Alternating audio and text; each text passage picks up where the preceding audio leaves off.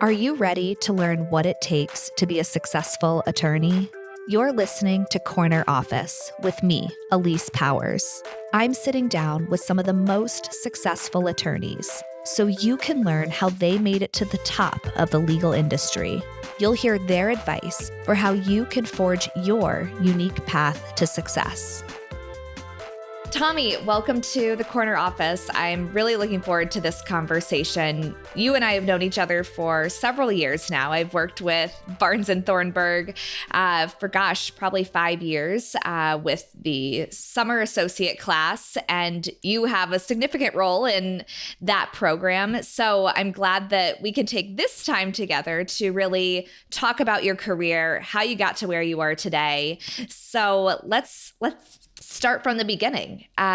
Who are you? Tell us a little bit about yourself. All right. So my name, I'm Thomas Haskins, but I go by Tommy because growing up, my two best friends were named Tom and Thomas. So I had to take no way. Words. There were a lot of really creative thinkers amongst the parental generation. From Mississippi originally, went to Duke undergrad, NYU for law school. Started my career up in New York and have now been down in Dallas for 13, going on almost 13 years. Wow. And tell us about your practice area. Yeah. So I'm a litigator. So general commercial kind of, when people are angry at each other or companies find themselves in issues, I tend to get involved. So it spans the whole area of different topics. So I do some real estate things, some data issues, technology issues. I find myself in probate court in various times. So a little bit of everything. Got it. And not just the lawyering that you do, you also have on top of that the responsibility of being the managing partner of the Dallas office and also being heavily involved with recruiting and summer associates at a high level. Like, what % of your time is spent on each of those three things? Yeah. So I'm the office managing partner for Dallas and then the chair of the law student recruiting committee for the firm nationally. I'd say for those two things, it's about half, if not a little bit more than half of my time. And then the other half is practicing, keeping up with my own clients and firm clients and, actually doing the law, as they say. From my perspective, working with you and then the whole team at Barnes and planning out the programming that we're doing throughout the summer for the summer associates, it sounds like my impression is you are also very involved in, from a partner's perspective, who do we want at this firm? Who do we want our future attorneys to be? What are the skills we want to instill in them? And then also being almost the quarterback within the firm of getting other partners and associates on board with investing their time in getting to know these summers and developing them. Is that right? Yeah, that is. Because once we have a class and we're always entering different stages, right? As we enter into a summer and we have that summer's class, we're working on, training and evaluating that summer class. Now that coincides with as we're recruiting for the next summer's class. So we're always sort of looking in two different buckets. But yes, that's a big piece of it. Both training our summers in what makes a really successful associate at our firm. And then also working with our current partners and current associates and business professionals about, hey, here's what we're looking for. Here's our class. Here's how you can help them grow and see if this is the right fit for them. And here's how you can help us determine if they're the right fit for us, and getting everyone sort of on the same page with that and really rowing in the same direction there. So lots of hats. Lots of hats. And you're working with people who are deciding, do I want to work at Barnes Thornburg? It's, a two-way street here, a mutual interview process. How did you end up at the firm? Like, what drew you to Barnes specifically? So it's a great question that probably has less of a sort of controlling my own narrative than one might think. So when I moved down to Dallas from New York, I came down and worked with a guy named Mark Bayer, who was head of a trial group here at a really large firm that's now since merged or been acquired into a larger firm. And I was working with him maybe 10 months or a year or so, and he decided to come and start Barnes's office in Dallas. And so for me, and at the time, I was not familiar with the firm really at all. This was still in their sort of aggressive expansion mode. So for me, it was really following him because I knew I wanted to work with him. I knew I wanted to sort of build my career under him. It was an exciting opportunity to be on the ground floor of a new office being built. Looking back on it, I probably didn't know enough to know how much more softly I should have stepped into that type of opportunity. But at the time, it just made all the sense in the world. So I went with him. Why do you say, looking back, you should have considered certain things? Well, because when I look back and I think, well, it was Mark who at the time was, probably 10 or 15 years away from retirement. And he and I got along really well. We had a really good working relationship. And so I was really going to work with him. And I had met other folks within Barnes and they were great. And I loved them, but I didn't really know at the time really what I was evaluating. It wasn't like, most partners who make lateral moves who have been a partner for a while. I have not, and sort of understand more about how firms work. Here's what you need to look at, firm economics, all of those types of things. For me, it was really just kind of single-minded. Well, I'm going to work with Mark, so this is all good. Now, when I look back on it, I think, well, the first like month, we were actually before our space here had officially opened. So we were in Regis space, co-working space, almost like WeWork space, and now looking back, it seems, well, that's not very stable. You had like one office that was next to, guy trying to set up a PE shop that was next to someone else trying to do something. They were just kind of one-offs. And that doesn't seem horribly stable as I look back on it. Now, it ended up great. And we've grown and we've expanded and we're in beautiful space. We've got a bunch of lawyers. It all worked out really, really well. But looking back on it, I think, man, I might have said something different to myself and said, okay, just pause for a second, talk to some people about, learn more about the firm, do a little bit more due diligence. But for me, I was working with Mark. And so I knew that that's where I was going to go and it worked out well. So you were a little bit naive in what it meant to be joining a firm in a city that didn't have a presence. And thankfully, it all worked out. It all worked. And as it turned out, and this was what, Mark had told me at the time and other folks that I met with at the firm before leaving, it was the perfect platform to be able to grow from. And for a younger lawyer sitting where I sat at the time, being entrepreneurial, wanting to grow my own client base, wanting to have a lot of flexibility to do a lot of different things, it was absolutely perfect. Looking back on it from that perspective, there's not a better place in the world for me to have landed. And it is exactly the move that I should have made and worked out exactly as I would have hoped it would. It's just funny to look back on it now and think, well, those things that I thought would work did, but what was I basing all that on at the time? And look at you now, the office managing partner, which is just such a cool, and not end, but, point on your journey. So now that you're 10 years into working at Barnes, how would you describe what makes Barnes different than any other big law firm? It's entrepreneurial in the sense that if you are someone who really wants to kind of take control of your own career, wants to build your own book of business, wants to expand your practice, it allows that type of flexibility while still having so much of what is required to be a big law firm, to have the administrative and the support backing that you need to have a law firm of 800 lawyers. The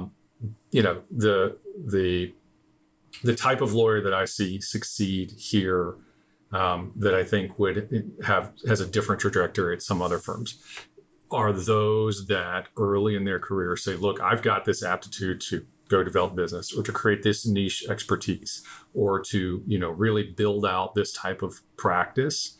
That is easier. And there's some institutional reasons and there's some business reasons that it's easier, but it's easier to support here. And we've had young lawyers that are really successful quickly here.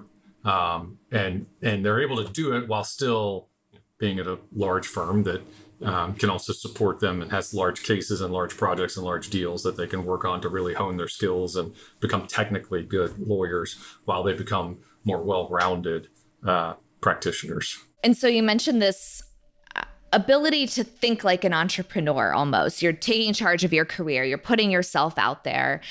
I'm always surprised how few associates realize that at a lot of firms, Barnes included, you're not just going to be handed work for the first few years of your career. You've got to put yourself out there. You've got to take charge. And I think Barnes does a great job in creating an environment where they're setting you up to do that successfully and comfortably.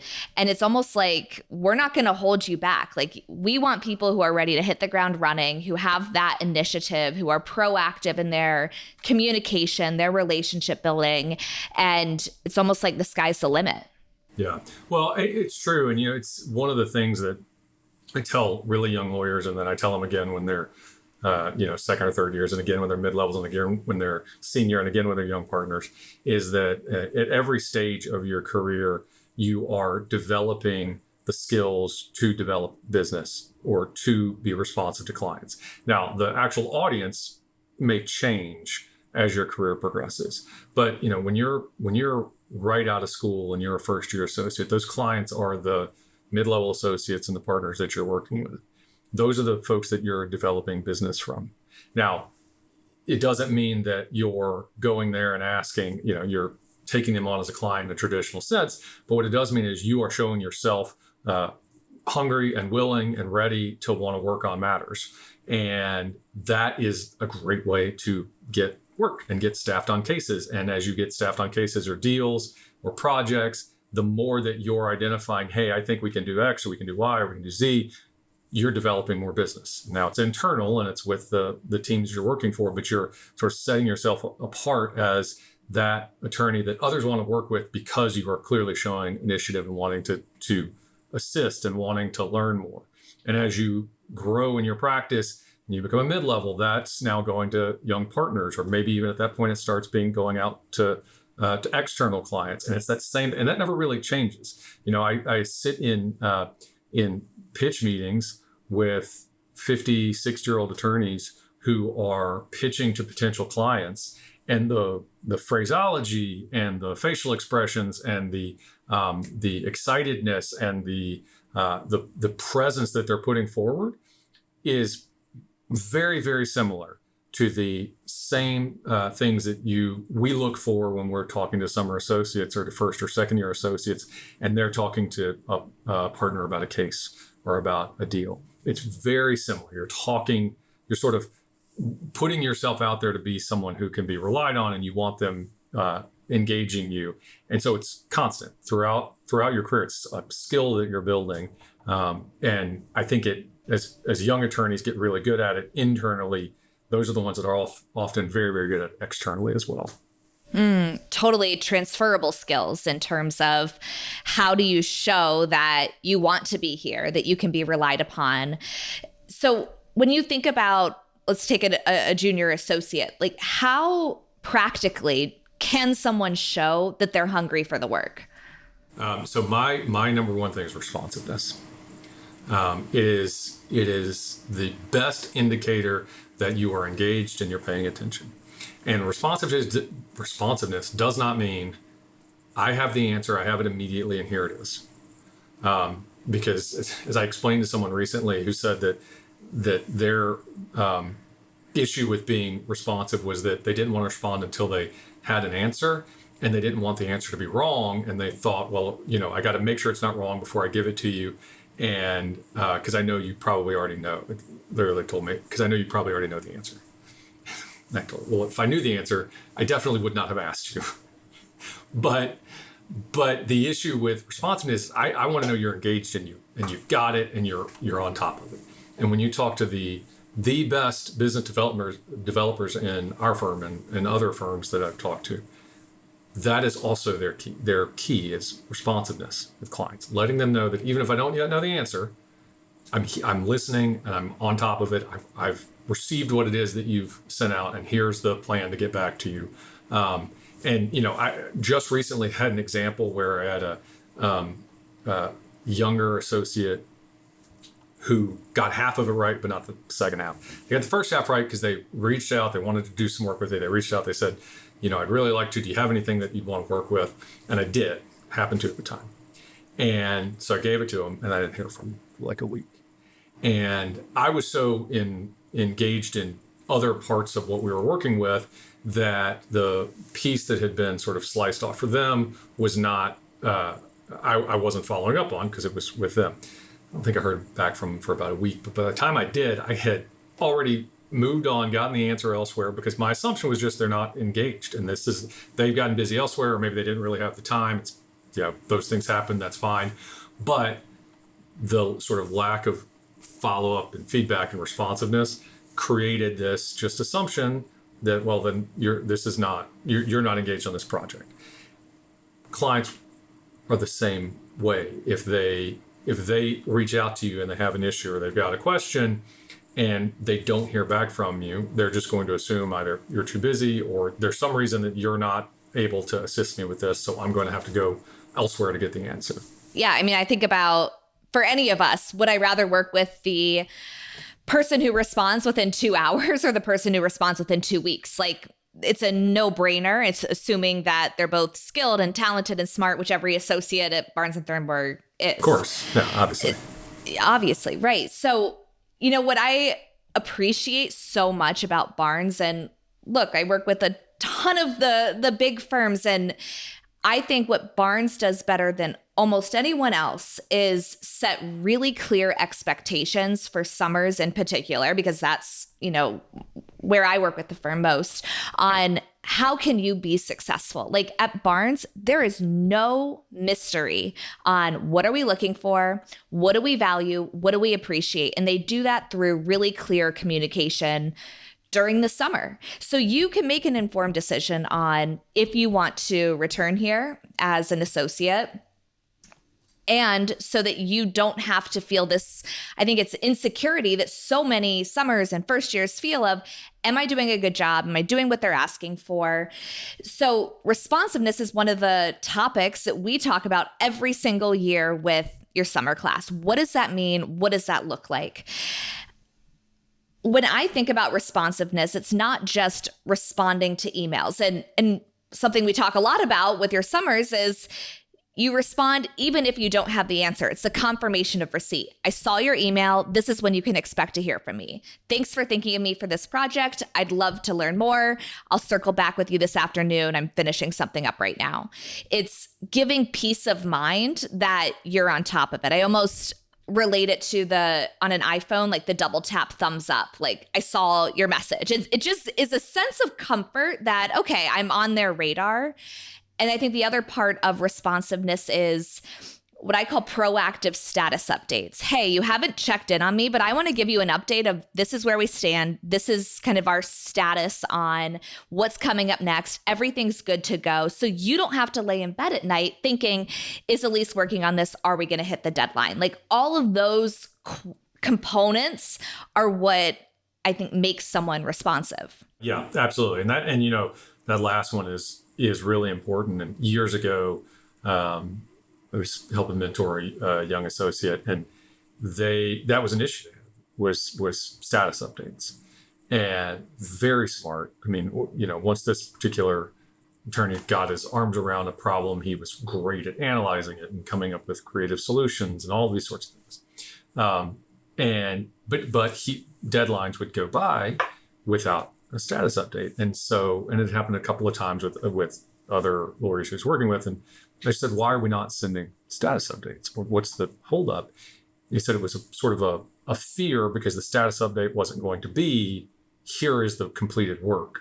And so he was like, well, it's better to just go ahead and get it done. And even if it's a little late, send it then, because then at least it's done.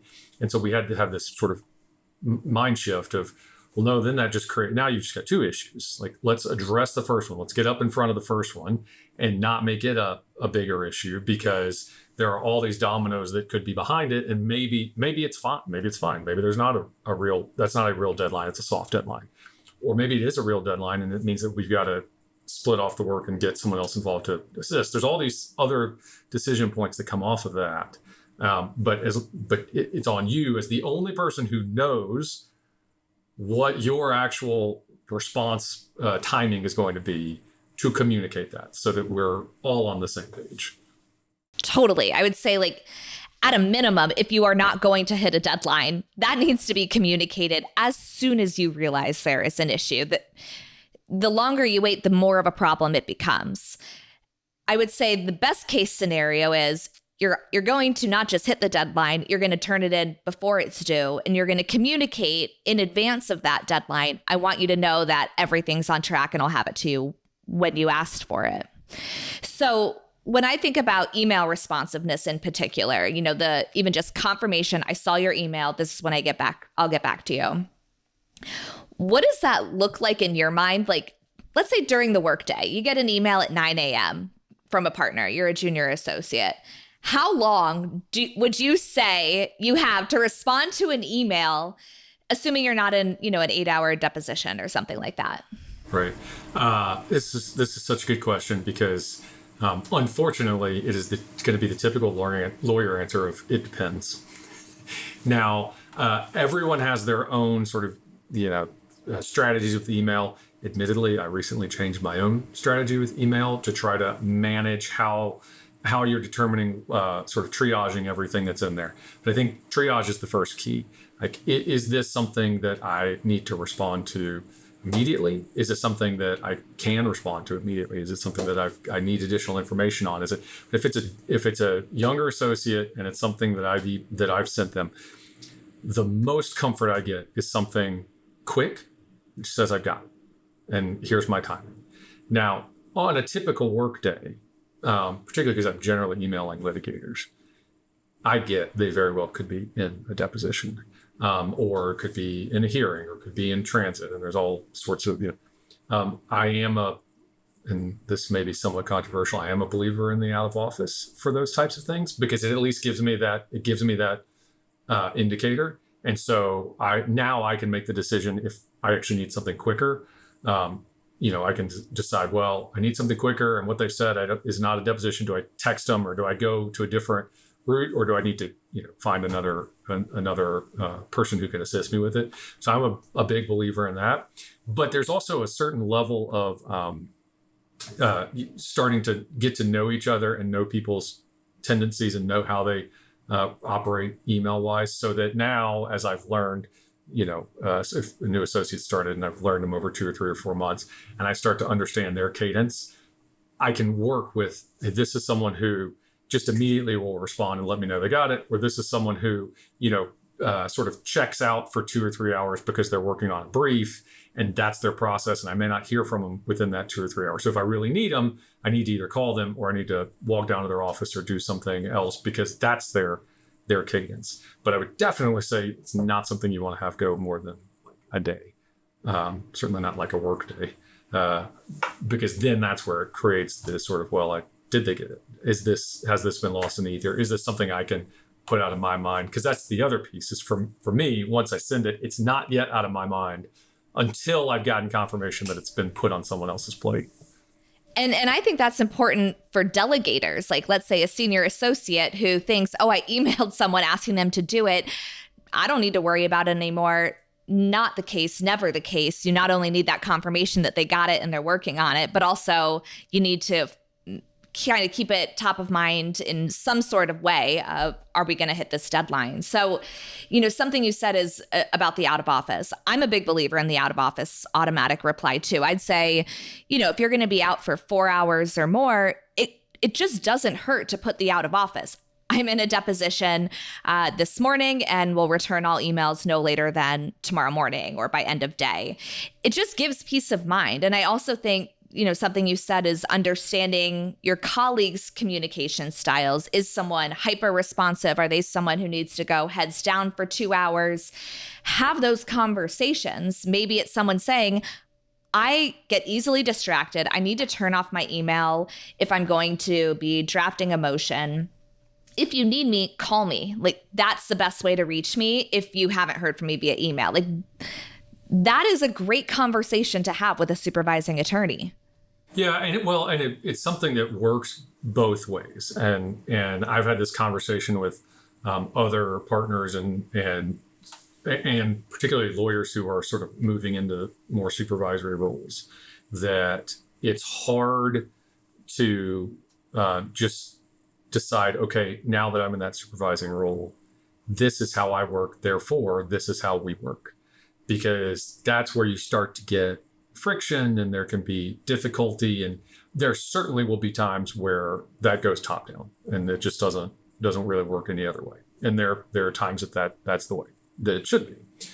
But the most successful relationships that I've seen between supervising attorneys and their teams is when the supervising attorney understands how each member of their team works and understands more about just them. So that answers why I wanted you on the podcast, because you're kind of, in my mind, the model of who I would want to work for as an associate. You're someone who is thinking about the needs of the people on your team. You're taking almost this individualized leadership approach to who is this individual and how can I best work with them. The reality is most partners are not taking the Tommy approach of being understanding of each person's needs, being respectful of their time, of their boundaries. Like, let's just say most partners in general, not at Barnes, because I'm a super fan of the firm. I mean, what percent of partners, let's just say in the country at big firms, do you think are taking the Tommy approach to being respectful and understanding the needs and lifestyles and unique situations of the attorneys they work with? So it's a good question, and it's something I've thought about before, because as I think about the attorneys, that my sort of peer group of attorneys within Dallas and even within other markets, those that I know relatively well, I see as likely to, although I've never necessarily worked with or under them, having similar approaches. And both of the two other firms that I was with, the attorneys that I worked with had similar approaches. This was not something I just created out of thin air. It was something I was sort of mentored into. So I've tried to figure out why it is that there is that perception. And I don't necessarily know that the perception is wrong, but I sometimes wonder if it's because the other side that I hear is younger attorneys who go in with that perception, morphing that into a fear of having those types of conversations with the supervising attorneys they have. Now, certainly, we've all heard the stories of the supervising attorneys who are that to a T, and it's my way or the highway, this is the only way to work with me. But some of the absolute best litigators, that being my world, some of the absolute best ones that I know are also some of the absolute best mentors and know their team inside and out. And my perception from the outside is that that's similar to how they operate, because they have teams that work with them a lot and are very loyal to them, and that seem like they must sort of get that same cadence. So I think it's a higher number than what you may think, but I think it could maybe even be a higher number if that communication is occurring. I've never thought about it, that maybe some of the feeling of frustration that partners aren't respectful of what I have going on in my personal life is because the more junior person isn't being proactive and communicating, this is what's going on, this is what I need from you. And part of it might also be just in how they position it. It's not just saying, don't contact me before 10 a.m. because I have a workout class. It's explaining the why behind what they're asking for, and then also positioning it in a way that signals, this is how I'm going to ultimately show up at my best, or add the most value, or be most efficient, or whatever it is. It's the ask and then the explanation positioned with others in mind. Yeah, exactly. I mean, the way you put that is right. When sometimes the idea of boundaries is presented as just one way. Just here's day one. Appreciate, thanks for the laptop, and I now have my 401k number, so I can get that set up, and I have a workout class every day at 10 a.m. So you won't hear or see from me before then, and then that's it. Is very different than it's a people industry. It's an apprenticeship. It still is. I still think it should be, and that's how we should look at it. And as you learn those that you're working with, and you learn that, and like I said, you learn the why. It makes that a little bit, that's a different way that we can work with each other in a team, and we understand what that's your why, and that works, and this is how we make that work. Yep, totally. It all comes down to communication on both sides, being proactive, thinking about how your message might be perceived by others. Before we move on from responsiveness, you said you changed your email strategy. Tell me more. Well, yeah, and it was not really email strategy. It's how. So I'm a prodigious folder of email. Everything has its folder. What I started doing more of was cleaning out everything that was. Because look, wake up with like 40 emails that are like industry emails, Law 360 or Texas Law Book or whatever it may be. They're great. They keep me sort of informed, but I had this problem of not ever just keeping them in the inbox for whatever reason and not deleting them. And I don't know what that was from, but I also didn't folder them because I didn't need to keep them. There was no reason for that. And so I finally started this. If it's looking at me, it means that's something that needs to be responded to, or that hasn't been responded to yet, or that there's some sort of follow-up. And if it's in a folder, it means it's either been put on someone's plate, right? It's had that, and I've gotten the confirmation it is on that plate, or it's something that just needs to be kept, but not necessarily responded to. So it finally got to the point of if it is there, then it is something that is still on my plate to deal with, and being much more willing to, delete the update from the bar association on something that I don't need the update on anymore, or whatever it is. It's a much cleaner view, which has reduced the stress a good bit. So your inbox is something that's been unread or requires a response. Right. And okay, let's say I wanted to implement that right now because my inbox is filled with all of the, not spam, but like the things that are, I read it, I moved on, I didn't delete it. How did you do that if you have to clear out your entire inbox to start this new strategy? Well, so you use the little collapsible thing that collapses everything that's older than like a month. So that's how it started. But then after about a year or so, everything rolls off naturally because unless it gets foldered, it no longer shows up in your box. So it took a while, but once we got there, it was a good day. The strategy is working for you, right? It is, and now it has not touched my Gmail. The Gmail still has that, and that one that'll be a retirement project. How many emails do you have in your Gmail that are unread? Oh, that are unread? I don't know, because I do think some of that's rolled off. Not enough that it shows up on my phone, which is the other. I don't like the indicator on my phone showing how many emails I've got. So we're past that piece. At least that's not there. Right. Got it. So let's think about responsiveness in terms of, your approach to email outside of working hours. It sounds like, you're pretty methodical in how you approach, life in general, and receiving emails, filing them away. You have a system for this and for that, and you believe in giving people that peace of mind. I saw your email. You have a life, you have a family. Like on the weekends, how would you define responsiveness? It depends on what's going on sort of case-wise. So on Fridays, I'll look ahead to what I've got coming up on the week, and that'll give me a decent idea on if something is going to come through on the weekend. And then if there are real emergencies that come through on the weekend, I usually get calls.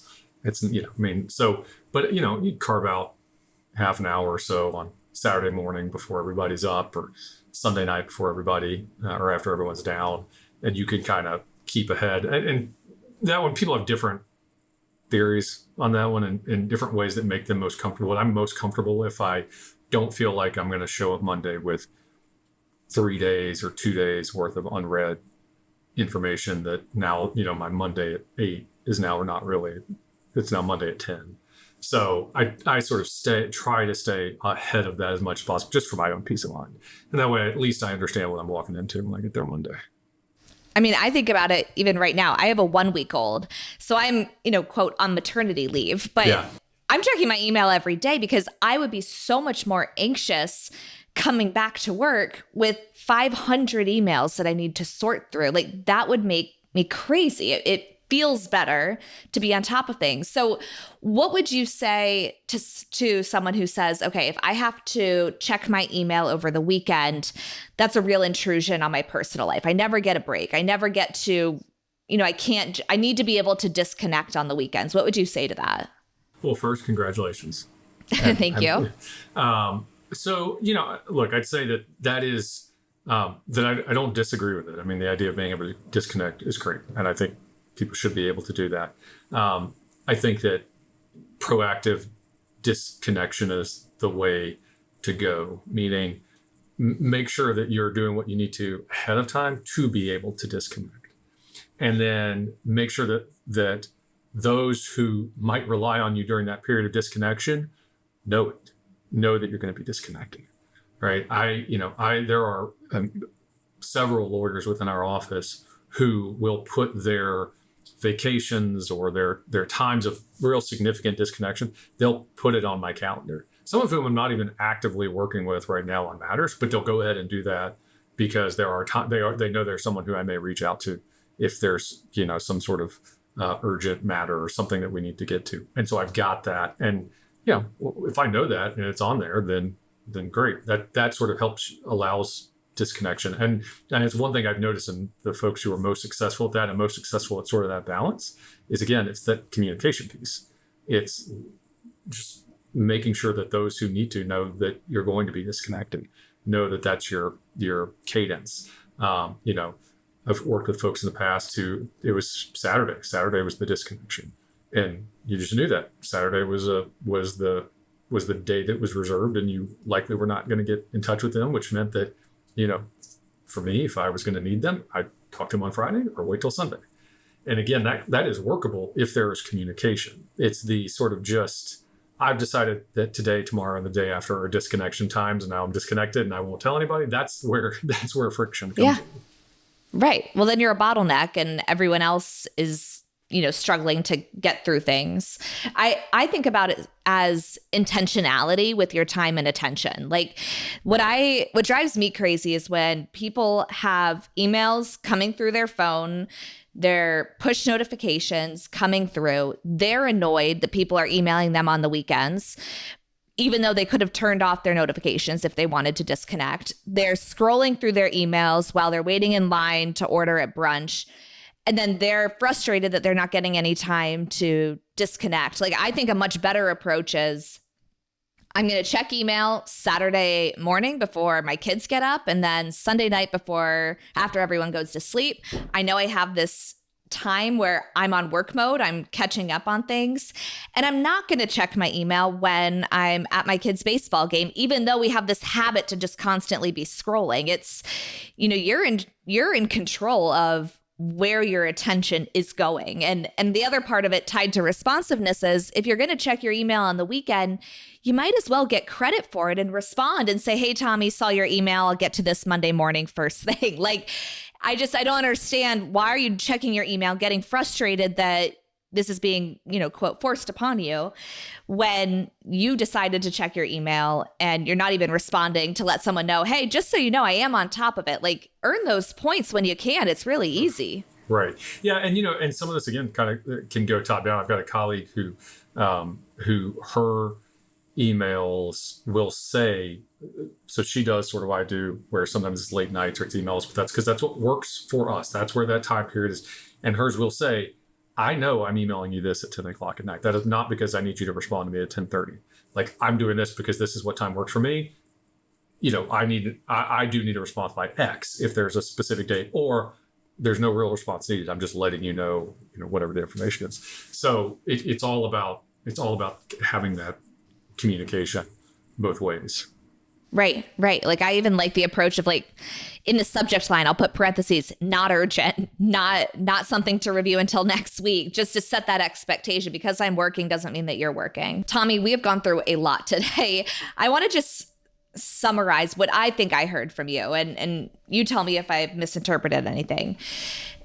It sounds like to you, one of the most important things a summer associate, an attorney at any level can do is to be responsive, give that peace of mind that they're on top of it, and show that enthusiasm of, I'm excited about this work, I'm interested in this work, because that gives you confidence that they're going to do a good job, that they care, that they're available, that they have that client service mindset. It's that hunger.